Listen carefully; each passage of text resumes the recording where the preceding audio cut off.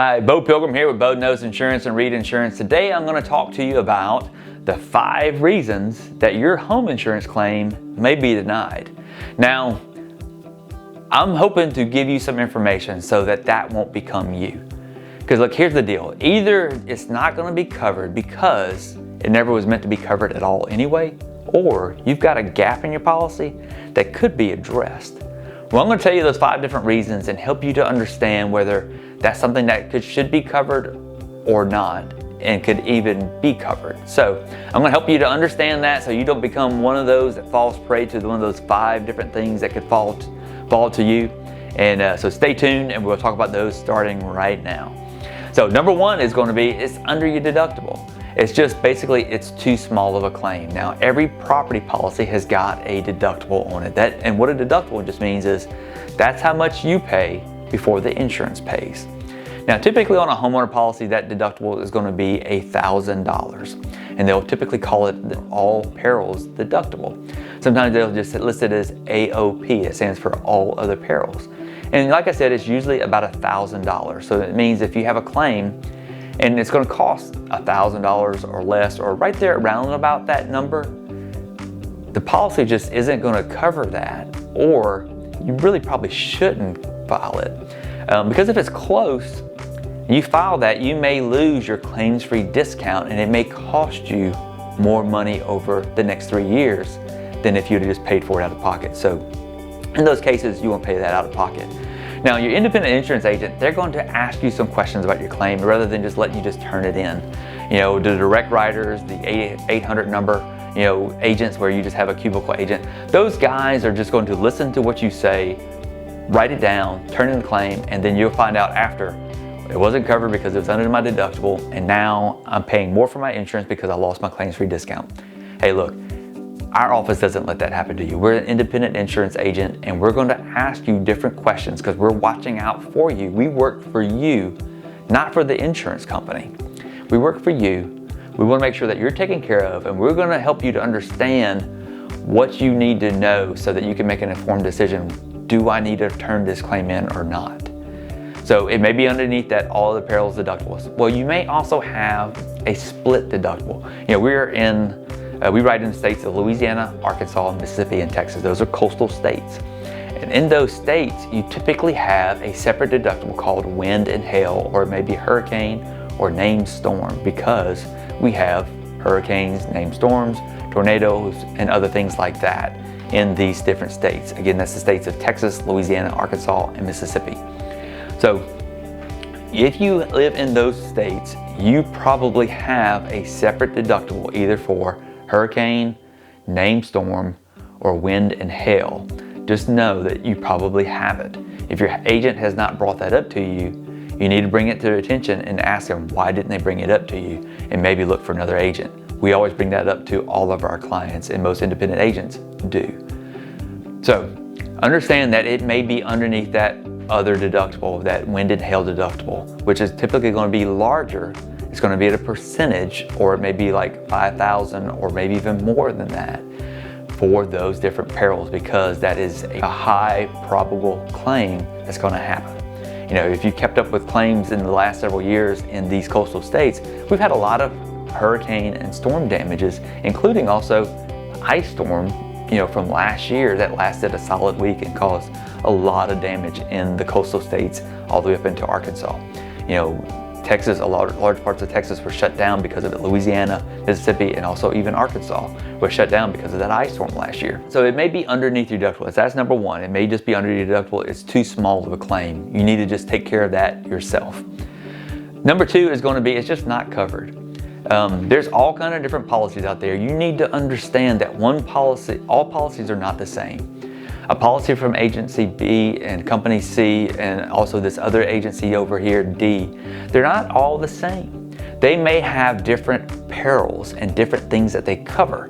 There's typically 3 different types of perils underneath a home policy. Depending on what kind of policy it is, there's going to be different sets of perils that they usually include. And they're usually basic, broad, and special.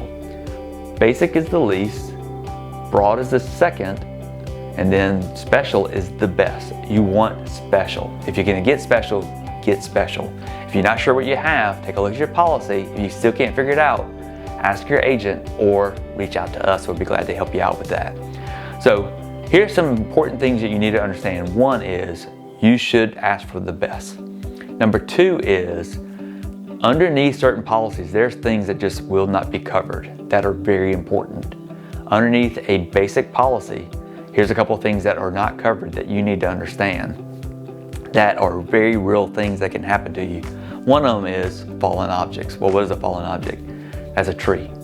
If a tree falls onto your house, that's not going to be covered underneath a basic policy. That is something that can likely happen. Now, if you don't have trees within a mile of your house, then hey, that's nothing for you to worry about, right? I mean, it had to be a tornado, take it and drag it over and throw it onto your house, right? So the likelihood of that is pretty minimal. But just understand, fallen objects are not covered underneath the basic. What's another thing? Water damage. Now, I'm not talking about rain. Like if wind and rain come and blow your roof off and it rains inside your house, that's covered underneath the basic policy. But if you have a water line to, let's say, your sink or your commode or to your washing machine that burst, that is not covered at all underneath a basic policy, and that can create a lot of damage. So understand that that is excluded or not covered. Not covered is probably a better word to use. Special is the absolute best. Underneath special, it basically says that everything is covered unless it's excluded. And we'll talk about some exclusions in a minute. Under the other two, it's a list of things that's covered. And unless it's those specific things, it is not covered. And they're not really long lists. It may be just that it's not covered by your policy type. Don't settle for a policy type that uses basic or broad without first talking to an independent agent or talking to our office. We'll be glad to see if we can find you something better. So the third reason is it's just excluded. It's something that is excluded under your policy for one reason or another. One of those common reasons that it's excluded under your policy is because it is catastrophe of nature. An example would be war. Look, if we have war here in the country, there's probably not going to be any insurance companies left, right? Or the claims would be so large, there would be no way that they could pay for that. Another reason would be just it's a very large, widespread claim, such as maybe flood. Typically flood is very devastating to a region, and it would probably bankrupt an insurance company. They just wouldn't have the resources to take care of, paying the claims, much less sending staff out to adjust all the claims. So typically those sorts of claims fall to the federal government. We have FEMA in place, the flood program. That is a separate policy that is typically through the federal government. There are some private markets that do flood also, but there's typically in very low flood risk areas. So typically, flood insurance is bought through the federal government. What are some other things? Well, earthquake is one of those also. That's a catastrophe type of event that typically you have to buy through the federal government. Some areas that may be wind. Whenever you get really far down to the coast, like in Louisiana, Mississippi, and Texas, typically you only can buy wind in some certain areas far down from the coast through the federal government or through the state government, through a company such as Citizens or the Fair Plans. So you may have a policy on your home that covers everything except for wind, and then you have a separate policy through the state that will cover wind. So that's the different reasons that it may be excluded. Now, another thing is sewer backup. Sewer backup is typically not covered by your homeowner, and underneath the traditional homeowner, it is not covered. But you can add it on. It's typically not very expensive, but it has lower limits typically, such as 5, 10, 25, 50, or maybe even 100,000, depending on how much your coverage is on your home, that you can buy for sewer backup. Another item is going to be things that are easily stolen or high-risk items for stealing, such as silver, guns, furs, maybe different sorts of fine china or other collectible items, maybe golf clubs or other things that are high-dollar items that are easily stolen, such as also jewelry is another thing. They may be limited or even excluded underneath your homeowner policy, but you can buy an add-on or an endorsement to your policy to give you coverage for those items, to get them covered correctly. Well, what's number 4? Number 4 is liability elsewhere. Now, liability elsewhere is kind of probably a couple of different categories. One of them is that someone else is at fault. That's one thing. So if the insurance company sees that someone else is at fault, they may either pay it and then subrogate or sue them to collect the money back, or they may just direct you to first talk to them and let them pay it first. It may be someone else's homeowner insurance policy or another liability policy or something like that, but that's one reason that it may be excluded from your policy or not covered by your policy, is because of liability belongs elsewhere. Well, another reason is there's just another policy that will cover that. You know, an example is your auto. So let's say that your auto is damaged. Let's say that a tree falls on your auto. That's going to be covered underneath your auto policy. That's the intent of that policy. Your homeowner is to take care of your home.